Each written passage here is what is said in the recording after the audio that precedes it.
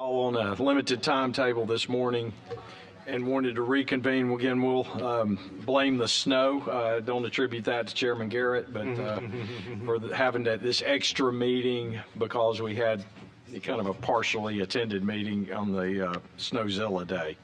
So we do have a slide deck we want to run through quickly, and Representative Garrett's going to start that for us in a second and talk about the three pathways and get us going. Then you also, members, find in the spiral bound the emailed or the paper version of what was emailed to each of you that we would like to adopt, which provides recommendations, but there's plenty of language in there saying that we're certainly not binding ourselves to this or to anything. The three options are there, and if we decide on a fourth in the legislative process, then so be it. But at least gave us some information to rely upon. Chairman Garrett. Thank you. So who's got the remote, the clicker? Do I have it?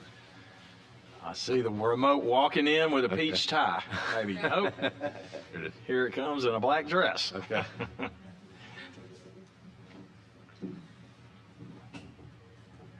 Thank you. Yes, this is the report today we hope to adopt that would basically summarize the efforts we've been under.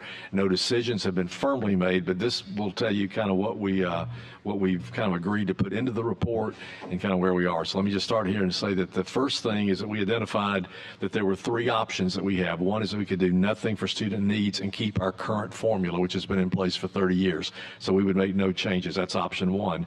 Option two is that we can totally rehaul and revamp the foundation formula, determining base amounts, incorporating student needs. That's a very complex, comprehensive issue, but we could do that. Or third, we could adopt a hybrid approach that basically we would not touch the foundation program as currently configured.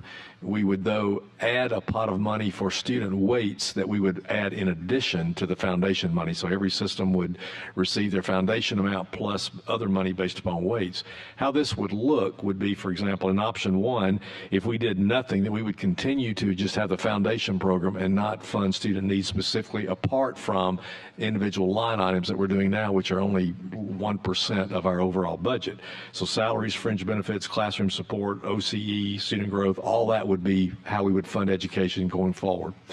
Under option, we talked about why that's not a good idea, because the fact that we're not addressing student needs, we're one of a very handful of states that have not moved to a student needs-based funding formula. This would give us greater flexibility and would also not move away from kind of the one-size-fits-all across the state. The challenge is that to adopt a new formula would be very, very complicated, and so option two, though, would look like this. You would have a base amount which would not change. We wouldn't back up. On option two, you would develop a different way for calculating the base.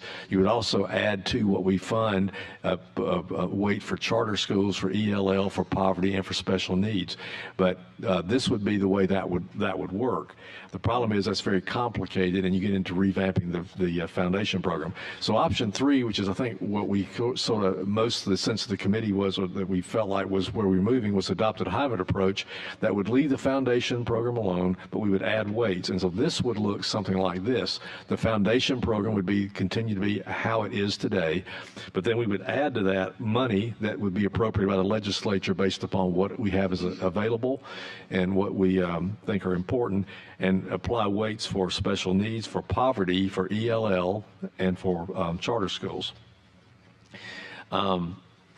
The new weights that the existing foundation program began with in the hybrid approach would not change, but the weights would be calculated and phased in over a period of time as we felt we had the funding.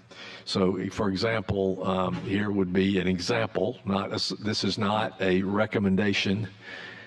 This is an example of how this could work. You would have your funding program, the dark is the foundation program, and then you can see on top of that, in this example, we would put $60 million in a pot of money for special, for the weighted amounts that we would then distribute among the systems based upon their weights.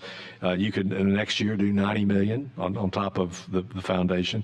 The next year, you could do $100 million. The point being, as the foundation program grows, we could also add to that weighted amounts that would go specifically to address these student needs based upon availability. Chairman Orr? All right, so that leads us to the report, the process. I want to run through this real quickly. We've had several meetings. Those are in the 5 boxes you see at the bottom of the presentation there. And this will be the 6th meeting, albeit a little bit quick. The summary, as you heard just of Chairman Garrett, we have the 3 options. If we do 2 or 3, we will have to discuss the weights or have a legislation for that to talk about the weights. And the thinking would be we would phase that in over a period of 5 years. The optimal is we do it quickly. The practical or the reality is we go as quickly as we're financially able to go, and we don't certainly want to overcommit, and where we have a situation of we shoot high and then we're not able to fulfill our commitments. The worst scenario would be that we apply additional funding based on these particular buckets, if you will, such as special ed and EL, et cetera.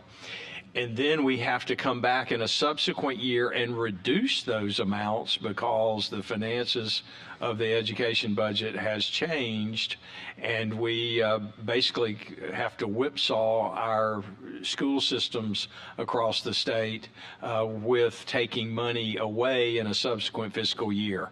And that is certainly something, I believe I can speak for Chairman Garrett, that we do not want to do. If we give extra money, we want to at least at a new kind of baseline or foundational level and incrementally increase it as the revenues predict for the foreseeable future, rather than get a little aggressive and a little hasty and then have to take back what we've given in a subsequent fiscal year. So slow and steady, I guess, would be the mantra of the day when it comes to how we would look at adding these additional appropriations per these various buckets that we had members wanting to do. Chairman Norcott, I mentioned too that we also have this Education Opportunity Fund that today has about $1.2 billion, and we set aside that fund. With the B, 1.2 billion with a B, yes, sir. And so the idea was, when we set that aside, was that would be for transformative educational opportunities. And so the thought would be that, we're limiting our budget growth. We have money going into waterfall to the stabilization fund, A&T, then also into this economic opportunity fund. So as that fund continues to, we expect, grow, it will be a corpus we can pull down upon to address these student needs. Senator Smitherman?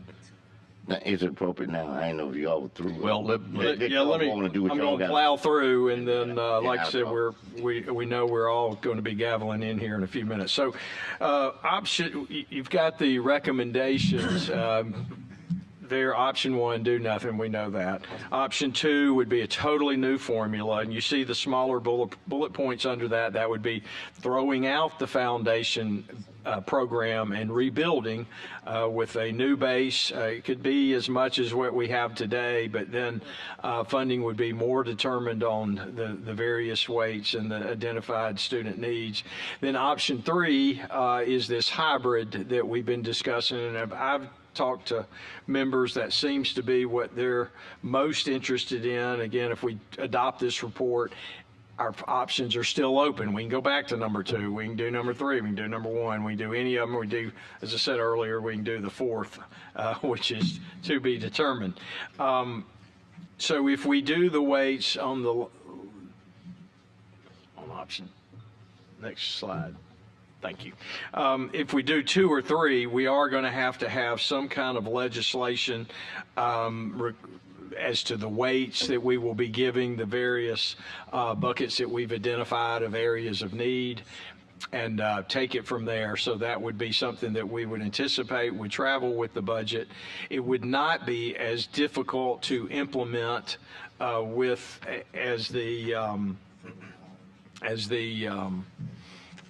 full Monty or the option number 2 by starting afresh, because we would have that baseline foundation program that would be available, and our school systems are very familiar with it. Then lastly, I talked about 5 years or less would be the goal, but we're not going to do anything rash or, pardon my word, stupid. We're going to be very deliberate about it and move at the pace as the revenues dictate, because we do not want to cause problems out in the school systems across the state. And then as we've talked about, there would be some accountability and transparency items in the legislation that would be coming through, traveling with the budget if we do 2 or 3, and that would be requiring more reporting from the systems of, if we give you extra money over time, and it's going to take a while, but if we give you extra money, what type of results are we getting for the extra investment we're giving our schools that have particular needs that they need to address? So that's it in a nutshell. At this time, Senator Smitherman, we'll open it up for questions or comments. Thank you, Mr. Chairman. First of all, I want to commend the committee and you all for getting us to this point. You know, having been a person who 30 plus years ago, I see my colleague on the front down there, and I'm talking about Senator Wagner. He and I were probably the only 2 people in this place that was here when the foundation program was started. I could be leaving somebody out, but we were here from the very beginning of it. Director Newton is with us, Pat. I think he was part of that as well. Okay, I was just talking about legislation. I know. But I'll take him too. He was here. So I think that this is long overdue, the efforts that we are taking in trying to do this. Being in the Senate, Chairman Garrett, I come in contact with Chairman Doyle, and this is not something that just popped in his head. He's been discussing. We've had some conversations basically almost over 2 years with trying to look at what we could possibly do. So I want to commend you all for bringing us to this point. I do want to say this, though. I want to say that if we go toward this hybrid, which, you know, it's going to be the will of the body what they want to do.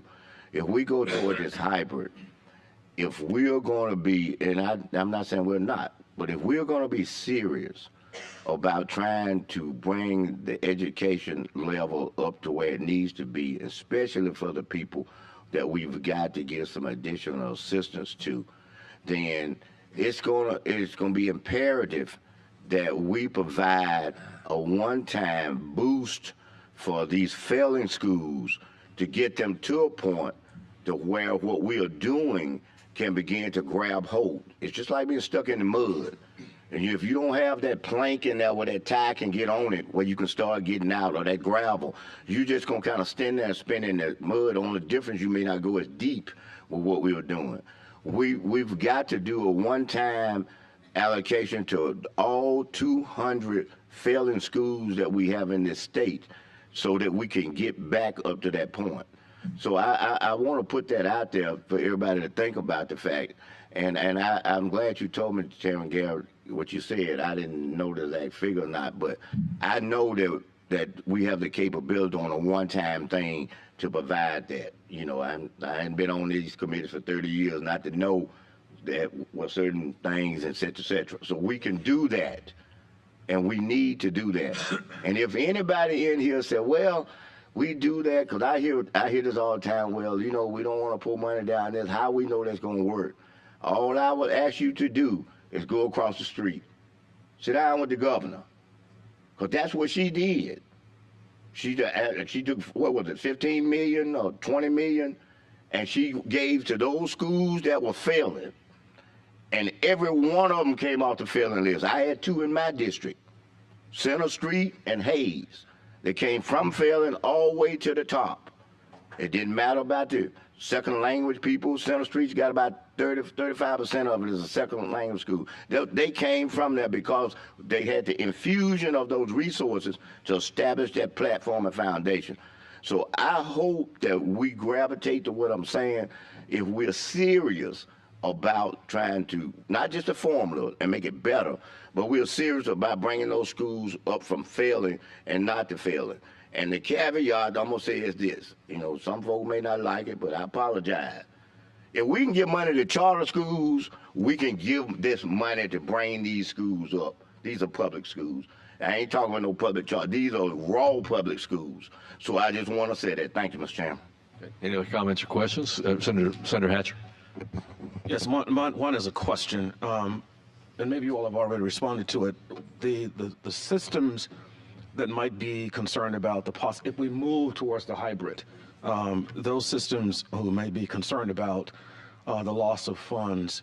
Did you say that the foundation program would stand those systems up and move to the hybrid? One of our marching orders here was that no system would lose funds. Now, again, our funding in the future depends on our revenue, but assuming that we have, we've got reserves and things like that, the idea would be that no system would lose funds. So, yes, the foundation program amount that they would currently receive going forward would remain the same under the hybrid. In addition to that, we would add money to those schools that had specific needs. Okay. And the last comment would be, if we are moving, and actually it's the question, if we're moving towards a student-centered funding, the hybrid, and again, I absolutely support the hybrid because I think not doing anything is not an option. The hybrid is hopefully a step towards student-centered funding, right? Yeah, I mean, well, that would be the will of the body, but yeah, I think that the idea would be yes, that Long term. It's a long term, because once you get into the foundation program, it's been around for 30 years. There's just a lot of intricacies to that we have to understand and do right and unravel. But yeah, this would move us from addressing just our student needs on 1% of our budget to a growing percentage based upon the needs. Thank you. Any other comments, questions? I have a question, Mr. Chairman. Senator Singleton. Yes. Mr. Chairman, I just want to understand this as we move forward and if we choose the hybrid, how do we calculate raises for teachers? Is it added to the base, or is there another formula? It'd be part of the foundation program, just like now. It would stay within the foundation program? That would remain the way we program? currently do it, right. Okay, thank you. Representative Stubbs. Thank you, Mr. Chairman. I just wanted to add one comment. I noticed that as we move towards the hybrid program, some of the conversations regarding rural students are not included in that. It's looked at as a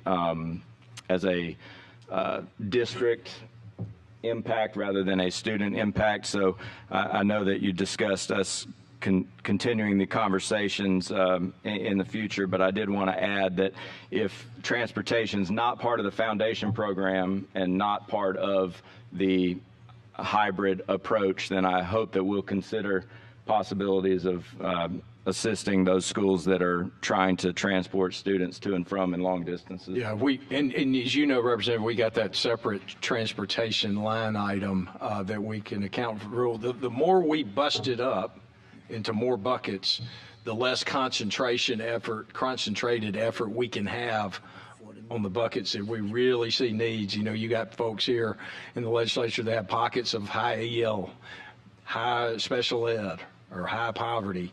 Those three areas were particularly bubbled to the top, but the thinking is on the transportation and rural component, hit them with their school buses and the transportation line item, which we can do with a laser because it's there and we can all see it. It's not gobbled up in the foundation program where you can't see it very well. So I think everyone received the report, the commission recommended report a couple of days ago. We would certainly entertain a motion that we adopt the report unless there's questions. Senator Roberts makes a motion we adopt the report, second by Senator Hatcher. Any questions or comments?